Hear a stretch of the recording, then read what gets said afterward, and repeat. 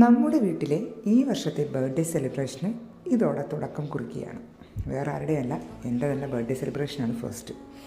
New year വരുമ്പോഴും നമ്മുടെ birthday വരുമ്പോഴുമാണ് വർഷങ്ങൾ എത്ര വേഗം കടന്നു പോകുന്നു നമ്മൾ ചിന്തിക്കുന്നത്.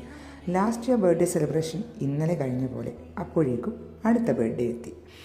പിന്നെ മക്കൾ വലുതാകും തോറും എന്താ പറയുക, അവരുടെ ആഗ്രഹങ്ങളും അവരുടെ കുഞ്ഞു കുഞ്ഞു കലാവിരുതുകളും ഒക്കെ ആയിട്ട് ഈ വട്ടത്തെ ഈ ബർത്ത്ഡേ വിശേഷമാണിത്. എന്നെ സംബന്ധിച്ചിടത്തോളം സൺഡേ ബർത്ത്ഡേ വരികയാണെങ്കിൽ I am so happy. Because വലിയ ആഡംബരങ്ങളൊന്നുമില്ലെങ്കിലും ഫാമിലിയും ഏറ്റവും പ്രിയപ്പെട്ടവരുമായി ഉച്ചയ്ക്ക് ലഞ്ച് കഴിക്കാൻ പറ്റുന്നതും അവരോടൊപ്പം കുറച്ച് നേരം സ്പെൻഡ് ചെയ്യുന്നതുമാണ് ഏറ്റവും വലിയ കാര്യം.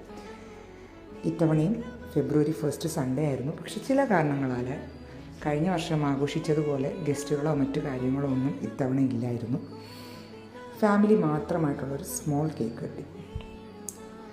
സൺഡേ ഉച്ച കഴിഞ്ഞ് ഫുഡൊക്കെ കഴിച്ചിട്ട് ചെറിയൊരു പരിപാടി ഉണ്ടായിരുന്നു. അപ്പോൾ ആ പരിപാടിക്ക് ഇറങ്ങുന്നതിന് മുന്നെയാണ് ഈ കേക്ക് കട്ടിങ് നടന്നത്. തൃശ്ശൂർകാരുടെ കുന്നംകുളം പെരുന്നാൾ പ്രോഗ്രാമിന് ടിക്കറ്റ് ഗിഫ്റ്റായിട്ട് കിട്ടിയിട്ടുണ്ടായിരുന്നു. അങ്ങനെ അവിടേക്ക് പോകാനായിട്ട് ഇറങ്ങിയപ്പോഴാണ് ഹസ്ബൻഡിൻ്റെ വക സർപ്രൈസ് കേക്ക് കട്ടിങ്.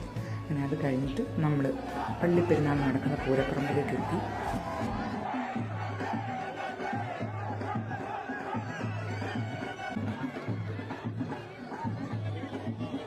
അങ്ങനെ അവിടുത്തെ പ്രോഗ്രാം തുടങ്ങുന്നതിന് കുറച്ച് മുന്നാണ് അറിയുന്നത് മലബാർ ഗോൾഡൻ ഡയമണ്ട്സിൻ്റെ എക്സിക്യൂട്ടീവ് ഡയറക്ടർ ഫൈസൽ ഇക്കാടെ ബർത്ത്ഡേയും അന്ന് തന്നെയായിരുന്നു. അപ്പം ഇക്കാക്ക് അവിടെ എല്ലാവരും കൂടെ ചേർന്നൊരു ബർത്ത്ഡേ വിഷ് കൊടുത്തു.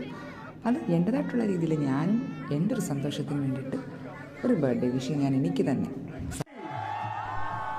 അത് കഴിഞ്ഞ ഉടനെ ആസിഫ് അലിയുടെ ഇൻട്രോ ആയിരുന്നു, ഒരു കിഡിലെ ഇൻട്രോ.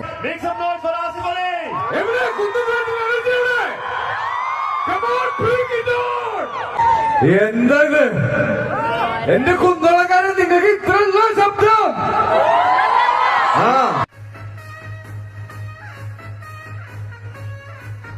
അങ്ങനെ ആസിഫിൻ്റെ ഇൻട്രോയ്ക്ക് ശേഷം ഒരു ലേസർ ഷോ, അത് കഴിഞ്ഞിട്ട് ഒരു നല്ല 1-2 പ്രോഗ്രാമിന് ശേഷം പിന്നെ നമ്മുടെ സ്റ്റേജിലേക്ക് വിനീത് ശ്രീനിവാസൻ്റെ എൻട്രി ആയിരുന്നു.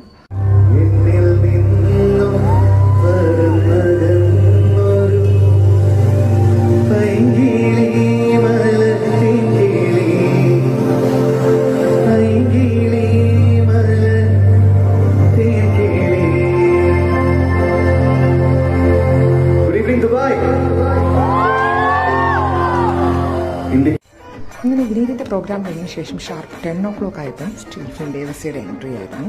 കിഡിലും പെർഫോമൻസ് എന്ന് തന്നെ പറയാം. ആ ടൈം ആയപ്പോഴത്തേക്ക് ഓഡിയൻസിനെ പുള്ളി കയ്യിലെടുത്തിട്ടുള്ള ഒരു പെർഫോമൻസ് തന്നെയായിരുന്നു. അൺഫോർച്ചുനേറ്റ്ലി ഒരു ചാൻസ്